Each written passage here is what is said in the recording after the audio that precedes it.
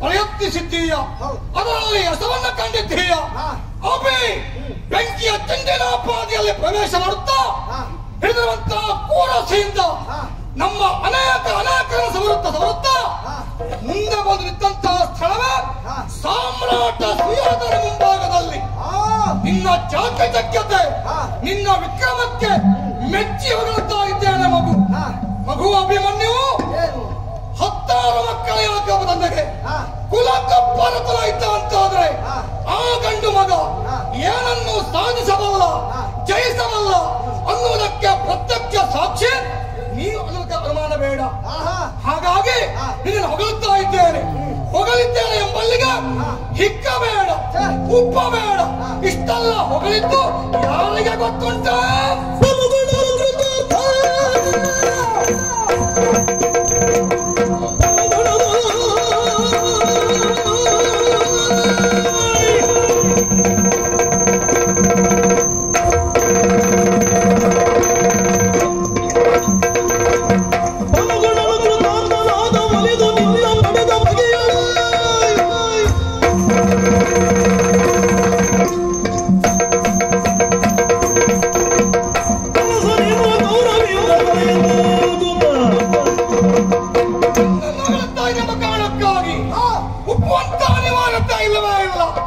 ಇಷ್ಟೆಲ್ಲ ಹೊಗಳುತ್ತಾ ಇದ್ದದ್ದು ಬಲು ಗುಣನು ಕೃತಾರ್ಥನಾದ ನಿನ್ನ ಪಡೆದ ಬಗೆಯ ಲೋಕದಲ್ಲಿ ಮಾತನ್ನು ಕೇಳಿಲ್ಲವೋ? ಪುತ್ರರು ಉದಿಸುವುದಲ್ಲ ಪಿತನ ಪುಣ್ಯ ಅನ್ನುವುದಾಗಿ ನಿನ್ನಂತ ಮಗನನ್ನ ಪಡೆಯುವುದರಲ್ಲಿ ನಿನ್ನ ತಂದೆ ಪಾರ್ಥ ಈ ಪುರದಲ್ಲಿಯೇ ಪುಣ್ಯ ಮಾಡಿದ್ದಾನೆ ಅನ್ನುವುದಕ್ಕೆ ಅನುಮಾನ ಬೇಡ. ಯಾವುದಕ್ಕೂ ನನಗೆ ನೀನು ಸರಿ ಸಾಟಿಯಲ್ಲವೇ ಅಲ್ಲ. ಸಾಪಂತಿ ಭೋಜನಕ್ಕೂ ಸರಸಕ್ಕೂ ಸಲ್ಲಾಪಕ್ಕೂ ಒಂದು ಸಮಾನತೆ ಬೇಕೇ ಬೇಕು. ಹಾಗಾಗಿ ಇವ ಸಾಮ್ರಾಟ ಅನುಭವದ ಆಗರ ನಾನೇ ಸಾಗರ. ಹಾಗಾಗಿ ನನ್ನ ಮುಂಭಾಗದಲ್ಲಿ ನಿನ್ನಪ್ಪ ಅಣುಗರಿತ್ತೀಯ ಮಗು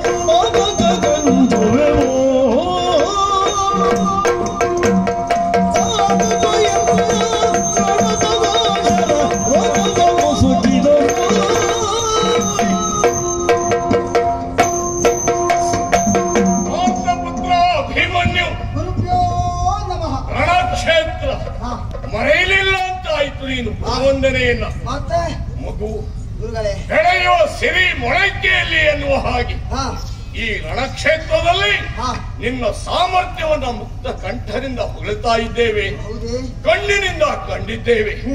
ನಾನೇ ಒಲಿದಿರುವಂತ ಚಕ್ರವ್ಯೂಹ ಪ್ರಪಂಚದಲ್ಲಿ ಇದನ್ನ ಭೇದಿಸುವವರಲ್ಲಿ ಕೆಲವರು ಮಾತ್ರ ಇದು ಪ್ರಚಲಿತವಿದ್ದದ್ದು. ಆದರೂ ಆ ಮಾತನ್ನು ಹುಸಿಯಾಗಿಸಿ ವಿರೋಧಿ ಪಾಳೆಯದಿಂದ ಬಂದು ಈ ಚಕ್ರವ್ಯೂಹವನ್ನ ಭೇದಿಸಿ ಒಳನುಗ್ಗಿ ಕೇಂದ್ರ ಸ್ಥಾನದಲ್ಲಿರುವಂತಹ ಸುಯೋಧನನ್ನ ಸೆರೆ ಹಿಡಿಯುವಷ್ಟರ ಮಟ್ಟಿಗೆ ಮುಂದಾದಿಯಲ್ಲ ಮಗು. ಸೋತೆವು ನಾವು, ನೀ ಗೆದ್ದವ. ರಣಕ್ಷೇತ್ರ ಇದು ಗೊತ್ತಾಯ್ತ ಅಂದ್ರೆ ಪರಸ್ಪರ ಸೋಲು ಗೆಲುವಿನ ನಿರ್ಣಯಕ್ಕೆ ನನ್ನಿಂದಲ್ಲಿ ಕಲಹದದ್ದಿಲ್ಲ. ಯುದ್ಧ ಆಗುವ ಪೂರ್ವದಲ್ಲಿ ಸೋತೆವು ನಾವೆನ್ನುವಂತಹ ಮಾತು ನನ್ನ ಬಾಯಿಂದ ಯಾಕೆ ಬಂತು? ಯಾಕೆ ಬೆಳೆಯಬೇಕಾದಂತಹ ನಿನ್ನಂತವರನ್ನ ಉಳಿಸುವಲ್ಲಿ ಜಾಗ್ರತೆ ಹೊತ್ತಿ ಮಾತಾಡಿದ್ದು. ರಣಕ್ಷೇತ್ರದ ಸೋಲು ಗೆಲುವು ಬೇರೆ, ಇನ್ನು ಮಾನಸಿಕವಾದಂತಹ ಸೋಲು ಗೆಲುವು ಎನ್ನುವುದು ಬೇರೆ. ನೀನು ತಿಳಿದ ಹಾಗೆ ಯುದ್ಧದಲ್ಲಿ ಸೋತದ್ದಲ್ಲ, ಮನಸ್ಸಿನಲ್ಲಿ ಮಾನಸಿಕವಾಗಿ ನಾನು ಸೋತಿದ್ದೇನೆ. ನನ್ನ ಪ್ರಿಯ ಶಿಷ್ಯ ಪಾರ್ಥ, ನಿನಗೆ ನಾನು ಗುರುವಲ್ಲ, ಆದರೂ ಸಹಿತ ನಿನ್ನ ಕರಕೌಶಲ್ಯವನ್ನ ನನ್ನ ಶಿಷ್ಯನ ಮಗನಾಗಿ ನೀನು ಮೈಗೂಡಿಸಿದ್ದನ್ನ ಕಂಡು ಸಂತೋಷದಿಂದ ಹೇಳಿದ್ದು. ನೀ ಗೆದ್ದವ. ಯಾವುದನ್ನು ಗೆದ್ದದ್ದು? ಹೇಗೆ ಗೆದ್ದದ್ದು? ಎಲ್ಲಿ ಗೆದ್ದದ್ದು? ನನ್ನ ಅಂತರಂಗವನ್ನ ನೀನು ಗೆದ್ದದ್ದು. ಆ ನೆಲೆಯಲ್ಲಿ ಹೇಳ್ತಾ ಇದ್ದೇನೆ ಮಗು. ಎಲ್ಲಿ ಅತಿಯಾದಂತಹ ಪ್ರೀತಿ ವಾತ್ಸಲ್ಯ ಮಮತೆ ಇರ್ತದೆಯೋ ಅಲ್ಲಿಯ ವ್ಯಕ್ತಿಯ ಕುರಿತಾಗಿ ಭವಿಷ್ಯದ ಜಾಗ್ರತೆಯೂ ಇರ್ತದೆ. ಜಾಗ್ರತೆ ನೀನ್ ಮಾಡಿದ್ಯೋ ಇಲ್ವೋ ಗೊತ್ತಿಲ್ಲ, ಗುರುವಾಗಿ ನಾನು ಆ ಜಾಗ್ರತೆಯ ನೆಲೆಯಲ್ಲಿ ಮಾತಾಡ್ತೇನೆ. ಏನು? ಶಿಶು ಹತ್ಯೆಯ ಪಾತಕ ಕಂಜುವೆವು. ಕಟ್ಟಿರುವಂತಹ ಈ ಚಕ್ರವ್ಯೂಹವನ್ನ ಉಳಿಸಿಕೊಳ್ಳಬೇಕಾದಂತಹ ಹೊಣೆಗಾರಿಕೆ ಸೇನಾ ನಾಯಕನಾಗಿ ನನಗುಂಟು. ಕೇವಲ ಪ್ರವೇಶ ಮಾತ್ರ ನೀನು ಮಾಡಿದ್ದೀಯ, ತಿರುಗಿ ಹೋದ ಮೇಲೆ ಅದು ಭೇದ್ಯ ಎನಿಸಿಕೊಳ್ಳುವುದು. ಹಾಗಾಗಿ ನಿನ್ನ ಉಳಿವಿನ ನೆಲೆಯಲ್ಲಿ ಹೇಳ್ತೇನೆ, ಏನಾದ್ರೂ ನೀನು ಮುಂದುವರಿದು ಹಿಂದಿನಂತೆ ನಿನ್ನ ಸಾಹಸವನ್ನು ತೋರುವುದಕ್ಕೆ ಮುಂದಾದೆ ಅಂತಾದ್ರೆ ಆಗುವಂತ ಪರಿಣಾಮ ಶಿಶು ಹತ್ಯೆ ಅಂತ ಮಹಾಪಾತಕ ನನ್ನ ಕೈಯಿಂದ ನಡೆದೀತು. ಆ ಕುರಿತಾಗಿ ನಾನು ಜಾಗೃತನಾಗ್ತಾ ಇದ್ದೇನೆ. ಅದರ ಅರ್ಥ ಅಮ್ಮೇಗಾಲಿಕ್ಕುವ ಶಿಶು ಅಂತಲ್ಲ ನೀನು. ನಿನ್ನ ಗಂಡಸುತನದ ಕುರಿತಾಗಿ ನಾನು ಕೇಳಿದ್ದೇನೆ. ಗೊತ್ತಾಗಿದೆ. ಈಗಾಗಲೇ ನನ್ನ ಮಡದಿಯಾಗಿರುವಂತ ಉತ್ತರೆ ಗರ್ಭಿಣಿ ಎನ್ನುವ ವಿಷಯವನ್ನು ಕೇಳಿದ್ದೇನೆ.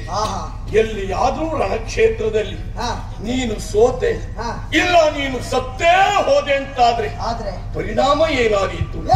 ಗರ್ಭವತಿ ಆಗಿರುವಂತ ಆಕೆ ತನ್ನ ಉದರವನ್ನ ಬಡಿದುಕೊಂಡ್ಲು ಅಂತಾದ್ರೆ ಗರ್ಭಸ್ಥವಾದಂತ ಪಿಂಡ ಅಂದ್ರೆ ಹುಟ್ಟುವಂತ ಶಿಶು ಅದಕ್ಕೆ ಪರ್ಯಾಯ ಕಾರಣ ನಾನಾಗ್ತೇನೆ. ಅಂತ ಶಿಶು ಹತ್ಯೆಗೆ ಅವಕಾಶವನ್ನ ಕೊಡಬೇಡ. ಅನುಗನಾದ ನಿನಗೆ ಯುದ್ಧ ಸಲ್ಲ. ಹೊರಟು ಹೋಗು.